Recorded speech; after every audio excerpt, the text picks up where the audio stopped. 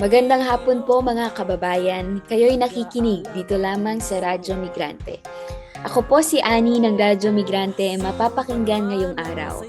At makakasama din natin ngayon ang ating guest host na si Hana ng Migrante Canada. Batiin natin siya. Hello po sa inyong lahat. Si Hana po ito mula sa Migrante Canada. Sa mga kababayan natin dito sa Toronto, magandang hapon po sa inyong lahat. Magandang araw po sa inyo dyan sa West Coast at magandang gabi po sa kababayan natin sa Pilipinas. Maayong adlaw sa aton nga mga kasimanwa dira nga mga Ilonggo.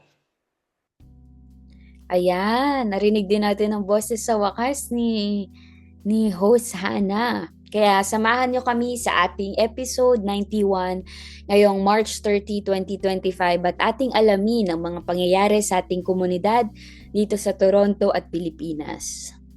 Alam naman natin na maingay at mainit ang usapin ng issue ng pagkakaaresto ng dating presidenteng si Rodrigo Duterte dahil sa kanyang crimes against humanity. Siguradong narinig nyo na ito sa balita at social media at telebisyon. Kaya samahan nyo kami sa aming chikahan at talakayan. Kay kasamang Hana, kamusta ka naman, Kas?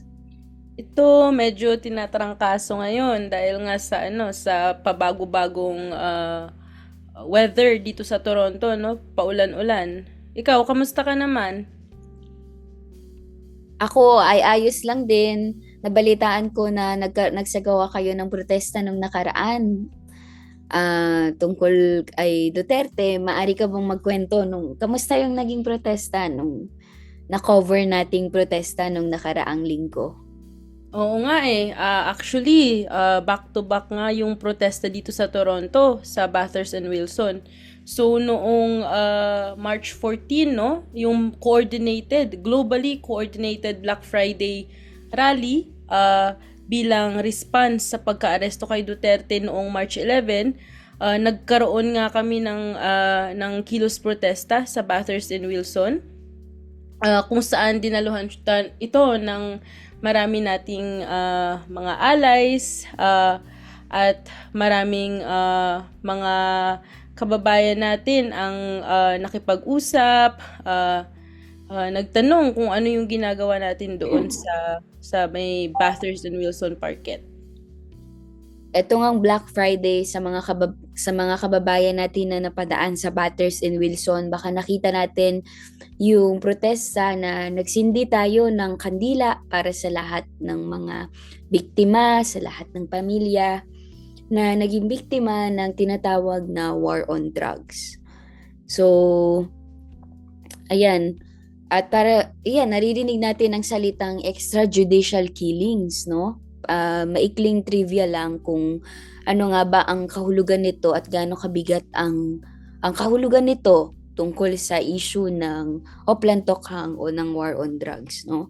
Sa Pilipinas, dahil walang umiiral na death penalty sa Pilipinas, ibig sabihin walang sino man o maging ang estado o ang militar ang may karapatang pumatay ng kahit sinong itinuturing nilang may sala.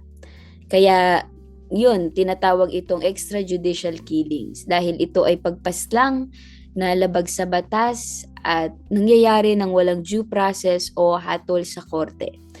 Kaya ayun, maikling trivia na connected dito sa ating topic na war on drugs. Para simula ng ating chikahan, kamusta ka naman dyan, partner Hana? Partner, sobrang bigat nga eh. Mabigat yung sa damdamin, no, sa feelings. Kasi nagfa-flashback yung mga pangyayari ng war on drugs. Actually, sa war on drugs ni Duterte talaga ako sobrang bumalik yung parang pagkikare ko sa Philippines bilang narito na ako ngayon sa Toronto nung panahon ni Duterte. Pagka-scroll ko sa Instagram, parang almost every day may nababalitaan akong pinapatay ng pulis, palagi na lang merong balita. May nakita nga ako na 3 years old pa lang pinatay, no, dahil sa war on drugs. So sobrang bigat na alalahanin siya. At the same time, makikita ko ngayon sa social media feeds ko yung talamak na disinformation tsaka fake news. Kaya sobrang nakaka-worry. Nanggaling nga kami sa protest noong March 14 para i-celebrate ang victory ng mga biktima at ng kanilang pamilya dahil nga sa pagka-aresto kay Duterte, isa tong malaking step towards achieving justice para sa lahat ng pinaslang sa peking drug war ni Duterte. Ako rin, partner, matagal-tagal na rin nung huli akong nakadalo ng candle lighting para sa mga biktima ng war on drugs. At nung panahon na to, nag-alay ng mga tula, mga kanta, at nagsindi ng kandila para sa mahigit 30,000 na biktima ng war on drugs. Hindi ko maiwasang kilabutan, no, pag naririnig yung bilang ng biktima ng war on drugs sa ilalim lamang ng panahon ng pagiging pangulo ni Duterte. Kaya at di ko rin maiwasan syempre na maiyak dahil yan. 30,000 na to ay tao mula sa iba't ibang mga pamilya. Kaya may imagine mo na lang gaano kabigat at the same time malaking tagumpay din sa pamilya na makamit yung hustisya, na mapakinggan sila sa wakas, mapakinggan ang kanilang mga kwento at ang naging realidad nung pagpapaslang sa kanilang mga pamilya. At para magbigay linaw o maikling knowledge sa ating mga tagapakinig, dahil madalas nating naririnig ang salitang extrajudicial killings. Kalakip ito nga dahil mainit ang balita nung pagkaka-aresto kay Duterte, naririnig natin ang salitang ito. At Partner, ano nga ba yung extrajudicial killings? Ayan, partner, ang extrajudicial killings ay dahil nga dun sa bulok na sistema ng Pilipinas. Ayan, bilang mga Pilipino, maramdam natin yan. Alam na natin yan na dinadanas natin kung bakit, maiintindihan natin kung bakit bulok ang sistema sa Pilipinas. Bulok ang hustisya sa Pilipinas, kaya dahil dyan, walang sino man, maging ang estado o ng militar, ang may karapatang pumatay ng kahit sino mang tinuturing nilang may sala. Kaya tinatawag itong extrajudicial dahil ito ay pagpaslang na labag sa batas at nangyayari ito ng walang due process o walang hatol mula sa korte. At 'di ba, kung maaalala natin ang mga balita ng mga kaso ng war on drugs, karamihan sa kanila ay mga kabataan, mga kababaihan at mga ordinaryong mga Pilipino na naakusahan lamang ng allegedly na tinatawag nilang pusher or drug user ng walang karampatang ebidensya. Kaya dahil dyan, ito ay tinatawag na extrajudicial killings. Oo nga naalala ko tuloy yung isa sa mga binasa noong vigil protest noong March 14, yung mga kwento nung mga bata, nung mga minor de edad, ng mga dihamak na estudyante lang na pinagbabaril at yung iba nga tinorture. So extrajudicial killings pala yun, yung tawag doon. Tama, mahalaga na maintindihan natin yun, no? Kasi kahit sa totoo wala namang karapatan tayo na pumatay ng sino man, 'di ba? Kahit batay sa Biblia, walang sino man ang may karapatang kumitil ng buhay ng kahit sino man, at lalong-lalo na sa mga taong walang may sala at inosente.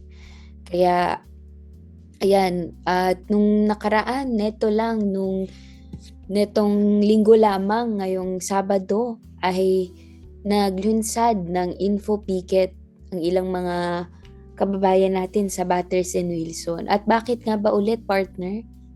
Oo, partner. Actually, partner, nung ano yun nung Friday sa mismong birthday ni Duterte, no, March 28, merong nagkaroon ng info picket doon sa Bathurst in Wilson, kung saan maraming mga kababayan natin ang ating nakausap tungkol sa pagka-aresto nga kay Duterte. Kasi nga 'di ba, daming tawag dito, daming kumakalat na fake news at disinformation. So talagang yung mga kababayan natin, madami sa kanila hindi na alam kung sino at ano ang paniniwalaan.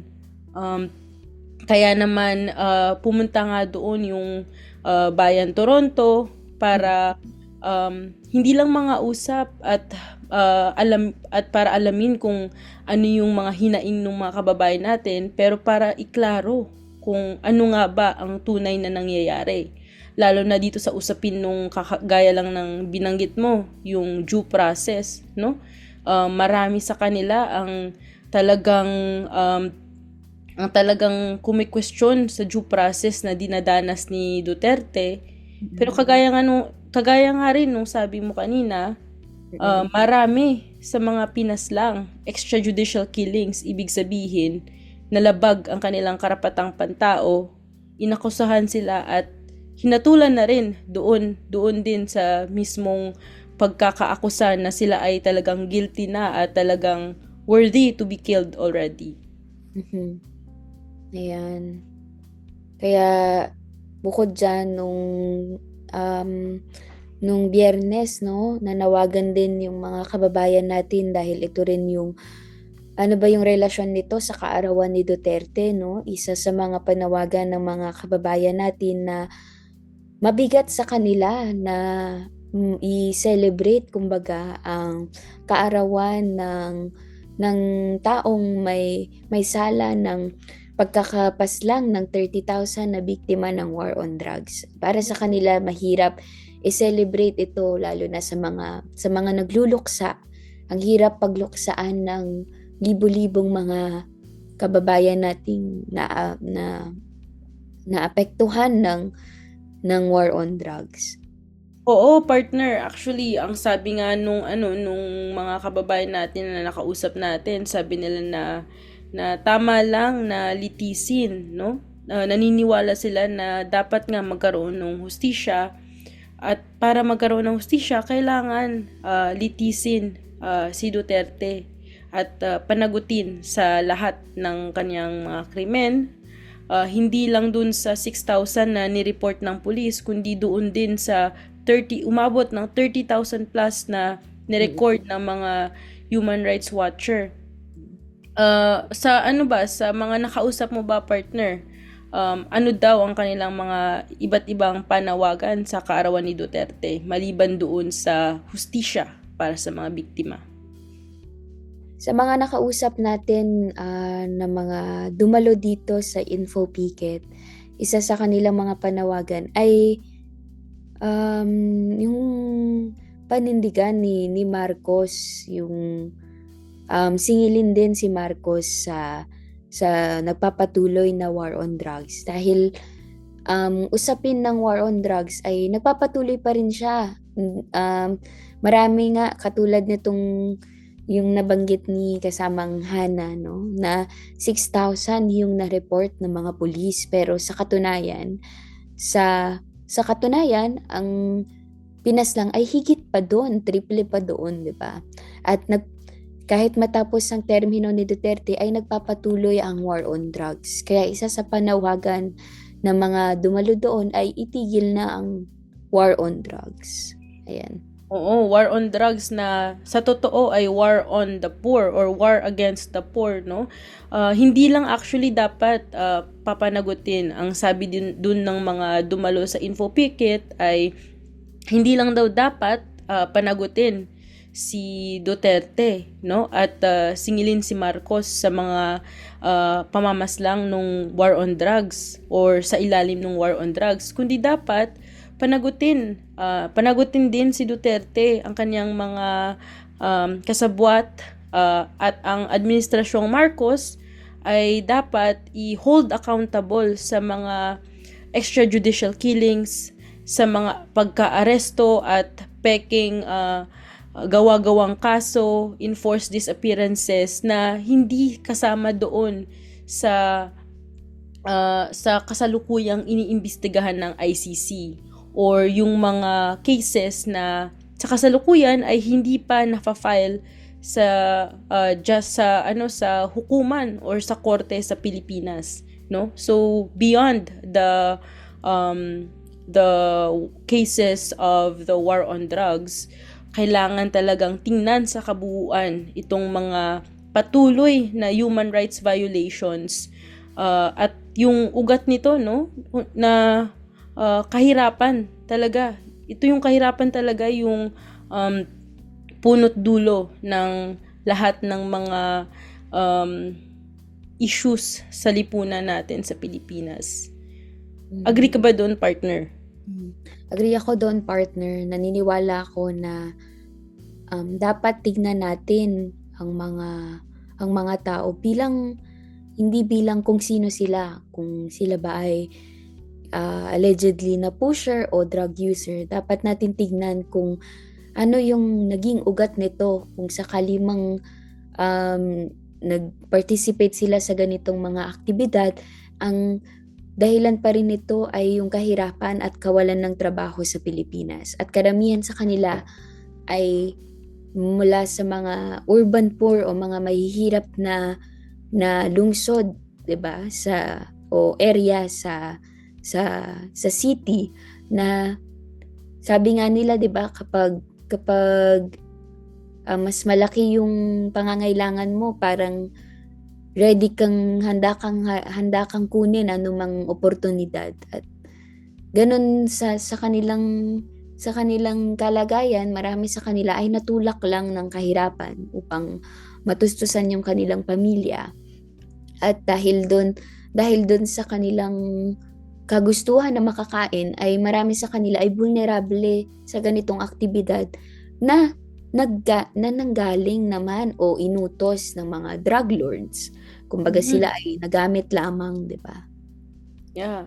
Actually, partner, yung mga iba nga na comments, no, na kumakalat sa social media, tsaka lumabas din dun sa info picket na pag-usapan ng ating mga kababayan ay yung issue ng pagiging involved sa drugs at criminality, no?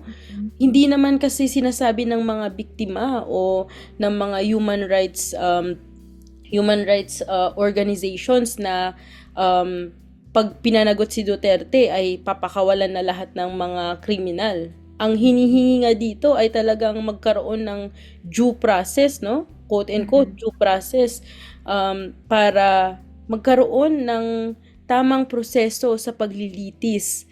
At kung talagang nagkasala yung tao, edi syempre kailangan managot. It does not only apply to Duterte.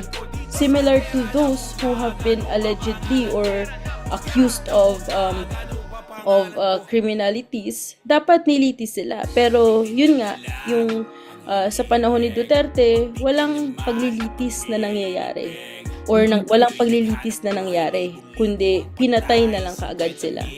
Inakusahan at pinatay. Ayan, salamat sa pagbabahagi niyan, partner, no? At dito natatapos ang ating chikahan ngayong araw, at maraming salamat sa mga kababayan nating nakikinig pa rin sa ating radio program. At napakasarap ng kwentuhan namin ang sarap kausap ni kasamang Hana, no? Talagang malaman yung mga impormasyon at mga balitang kanyang binahagi sa atin ngayong araw. At sana ay marami tayong natutunan at ayan, maraming salamat sa inyong pakikinig.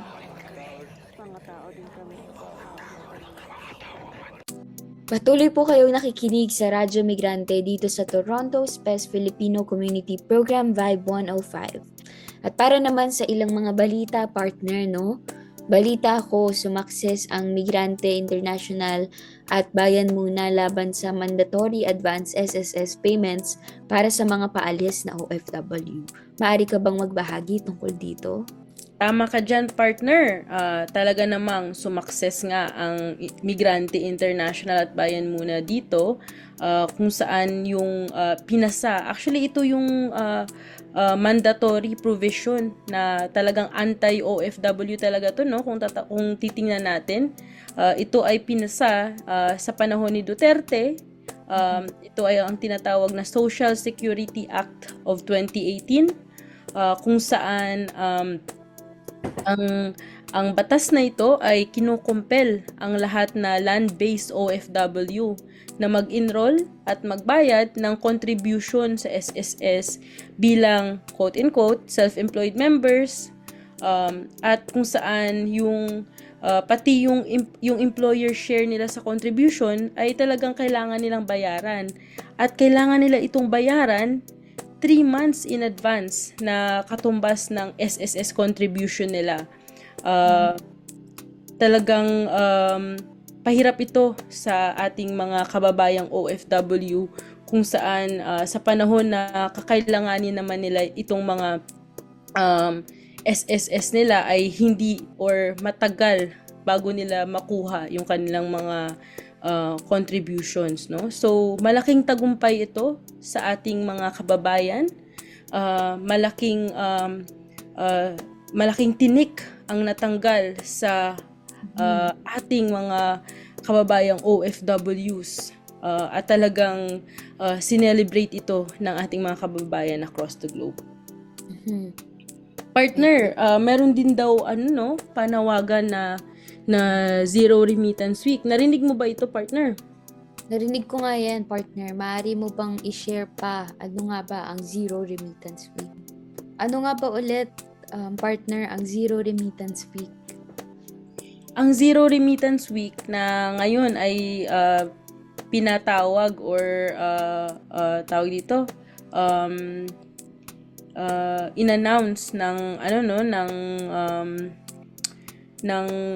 isang grupo o ang pangalan nila ay Maisog Group sa Croatia sa Europe.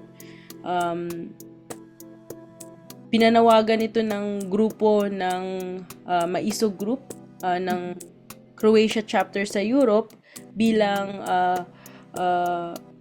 pagsuporta nila sa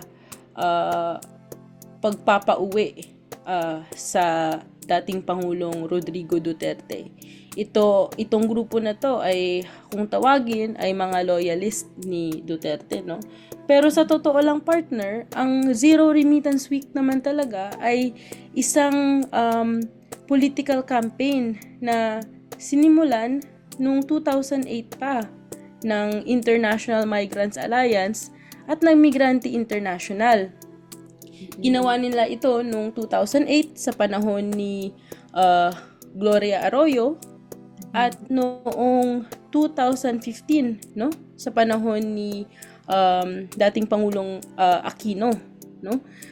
At ang totoong purpose ng pagtawag or paglunsad nitong Zero Remittance Day or ZRD ay isa itong lehitimong forma ng pagpoprotesta ng mga kababayan nating migranteng Pilipino, no, or overseas Filipinos, para ipaglaban ang ating mga karapatan at ang ating mga kagalingan.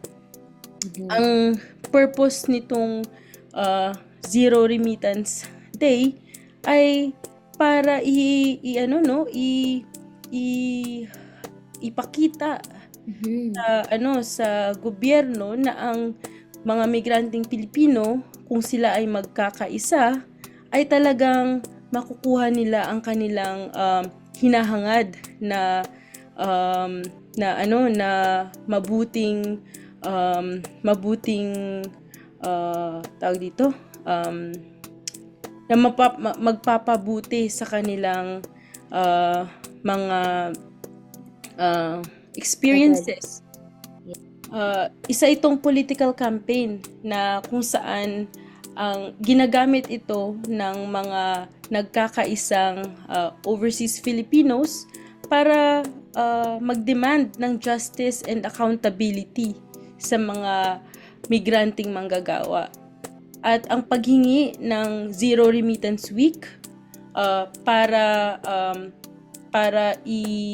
protektahan at ipawalang sala ang isang kriminal na katulad ni Duterte ay isang insulto sa matagalang pakikibaka ng mga OFW para sa kanilang karapatan.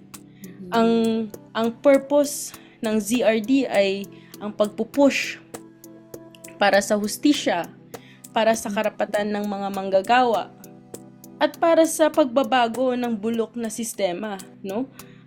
Hindi ito para ipagtanggol ang isang tyrant na katulad ni Duterte. Hindi ito para gamitin para protektahan ang isang pasista at mamamatay tao. Ang ZRD ay para sa kapakanan ng mga migranteng naghihirap sa ibang bansa dahil sa bulok na sistema natin sa Pilipinas. Kaya talagang insulto ang ginagawa ng mga Duterte loyalist sa pagpapatawag nitong Zero Remittance Week.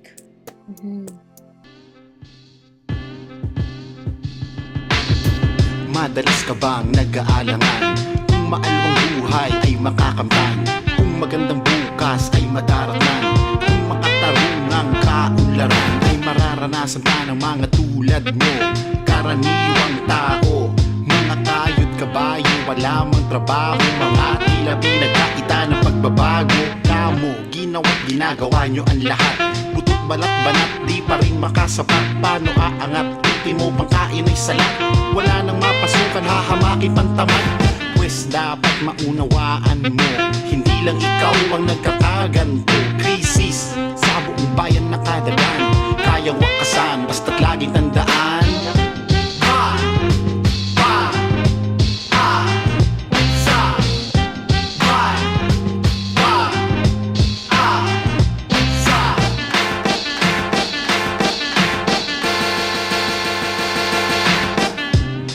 Mga problemang partikular sa bawat isa sa atin, pero may mga problemang panlipunan, pasan-pasan nating lahat. Kaya dapat maunawaan, pagbabagong ang sarili lang ay may hangganan. Kaya't magsikap man hanggat pareho lang ang sistema, pag-angat ay kulang-kulang, makatwiran lang na magtulungan upang mga hakbang ay gumaan. Nasa pagkakaisa ating kapangyarihan, kabayanihan ating pagbabayanihan. Kaya't tandaan ang kapalaran mo, nakaugnay sa mga kababayan mo. Krisis sa buong bayan nakadagan, kayang wakasan basta't laging tandaan.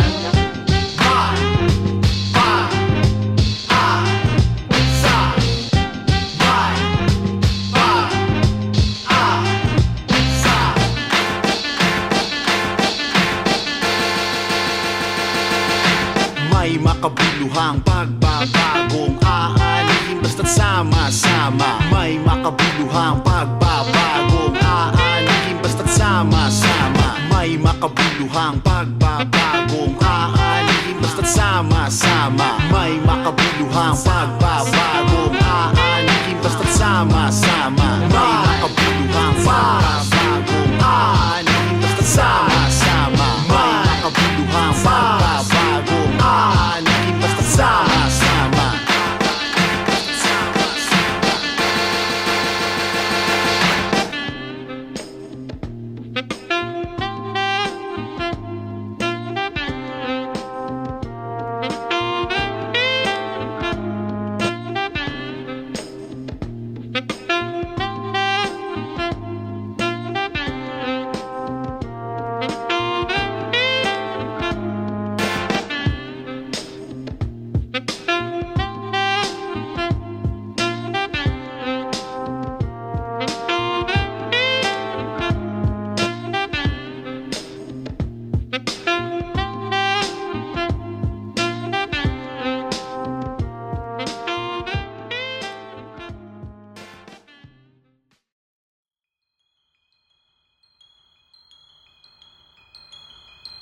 Haiti, South Africa, Hawaii, and Puerto Rico. Palestine, the Philippines, we support the people. Self-determination is the key. International solidarity. Yemen, Colombia, Cuba, Mexico, Tunisia, Morocco to Vietnam, Bangladesh, and Indonesia. Self-determination is the key. International solidarity. Fam, you know I got your back. I see the ways in which they operate and attack. They colonize our people, so our people fighting back. And we fall and rise together like an Isan Baksa clap. Tell me all the facts and fuck the fake news. Duterte's flip-flopping and the people are confused. I take off my shoes, sandals or chinillas, throw them at the nearest dictator and I tell them R-E-S-I-S-T-I-N-G. Anything you do to them, you also do to me. R-E-S-I-S-T-I-N-G. That's the only way that our people can get free. It's a rock held firmly by a Palestinian's clenched fist, fighting for the land and the right for existence. Kasama take a riot shield down with a front kick. I'm talking about that global organized resistance. We'll grow, we'll fight, rise, resist, and unite. We'll grow, we'll fight, rise, resist, and unite. I got minerals, fruits, and vegetables. My dirt is pure, maybe find some gold. See the rivers there, walk, call my home. How a foreigner come, try to call their own. I provide for my whole family. That light to brown, no canopy. We've been around many hundred years. Fought to keep woods laws right here from the Philippines. And they get real mean when a white man come to steal my things. Drilling holes where they shouldn't be. Taking lives with corrupt schemes. How a government train a government to kill the people that they supposed to protect. While all the money that people spend get taxed to fund another war we end. We need a change, need to break the chains. Gotta claim what's ours, leave no remains. Blood of warrior in my veins, cause they have to fight to live another day. So we won't stop till we see the light. You can't keep us down no matter how you try. My people stand, my people rise. You won't keep us down no matter how you try. We'll grow, we'll fight, rise, resist, and unite. We'll grow, we'll fight, rise, resist, and unite. We call for solidarity, the movement is thick. Millions marching in the streets, straight raising their fists. Got a right to resist when they killing the kids. Police and politicians plotting over criminal shit. Philippines, Palestine, and Ferguson, they murdering police state. Martial law shake, we got us all turbulent, no turning cheeks or turning coats. International soul, mighty like a thunderbolt. Build across borders, breaking the barriers. They poison the water or send drones to bury us. Various ways to liquidate aspirations of freedom. We keep marching to the rhythm, to the heartbeat of our children. Let go. Luwag ka na ng bawat tapak habang sa mic ay nakahawak. Para maabot ko ang malawak. Isang bagsak, lumalagapak. Handang umatak, lirikong tumatatak sa utak.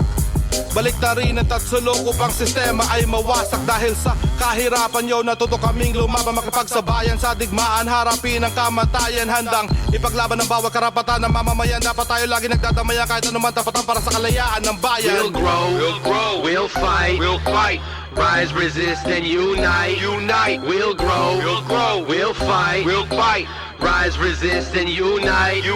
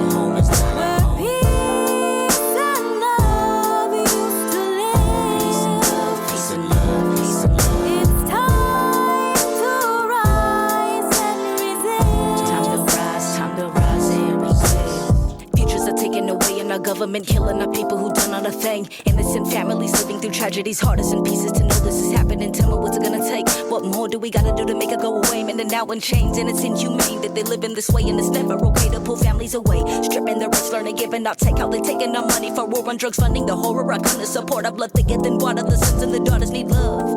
So fuck the war on drugs. So we all need love. So fuck the war on drugs and we just spread love. love. I just wanna see our people thrive, where our people lie, they shouldn't have to die. Legacies, good memories, I see our people rise when I close my eyes. So we have to fight for a better life. Use this voice I got to bring the wrong to light and try to make things right. Bring some sense to mind. These politicians need to stop taking lives. That's not the answer and never is. How you take the future from a little kid? You take from those with not much to give. I'm ashamed of the so-called government, cause you take the dirt and you rub it in. You supposed to help but you put danger in. The motherland deserves a better plan. No broken promise, so we take a stand. And I get a reason why. Can I get a reason why? Tell me, can I get a reason why? Our home is not a home. Our home is not a home. Our home is not a Where home. peace and love used to live. Peace and love, peace and love, peace and love. It's time to rise and resist. Time to rise and resist. Muli nating talakayin ang mga nangyayari, kondisyon at ang sistema at iba't ibang bahagi. Yung mga mapangaping kasalukuyan naghahari, makabayan kunwari kaya nga rataking daliri. Ang sabi kaliwa, bakit bigla tong kumakanan? Harap-harapan kong mga ngunit kinatalikuran. Nakatalon lang ng bakuran, nasubukan ng upuan. Kung umasta ay para pang kulang sa batok ng magulang. Sa pababuka ng bunganga ay meron na namang pauso. Bago ngang apelido pero ganon pa rin estilo. Kaya dami ng dugo na umaagos sa kamay mo. Mga namatay at biktima dahil sa utos mo. Proseso nga ba ang bala kapalit ng buhay ng bata? Kinalagkad nyo pa sa lupa dahil lamang sa akala. Tama na, bumaba ka na. Anong malala, lumala na nga. Paasa ka, sinungaling pa. So pwede ba na tama na? And I get a reason why. Can I get a reason why? Tell me, can I get a reason why? Our home is not a home. Our home is not a home. Our home is not a Where home. peace and love used to live. Peace and love, peace and love, peace and love. It's time to rise and resist. Time to rise and resist.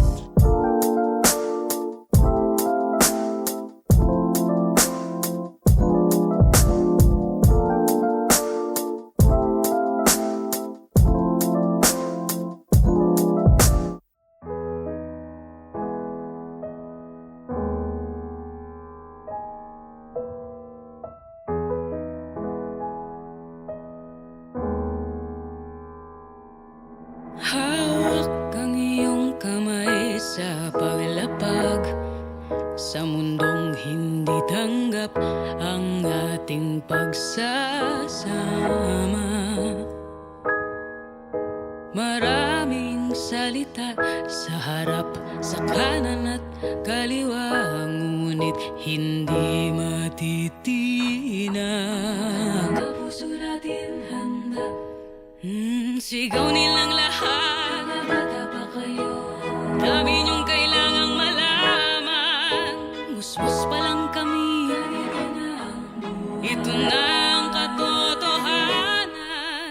Pinili mong kumayod upang suportahan ang aking pag-aaral, ang ating hinaharap. Hindi tayo takot. Mundo ay iikot, walang alinlangan.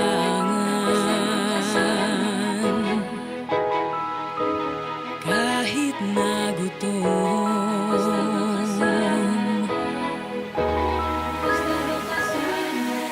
hawak ang iyong kamay, pauwi mula sa araw na kay haba. Kahit na mahirap ang buhay, basta't makasama ka. Sa dilim may nagmamasid, tinig ang baril na kinakasa. Sa pagputok ay ninakaw ka nila, at pagdikit ng iyong mata.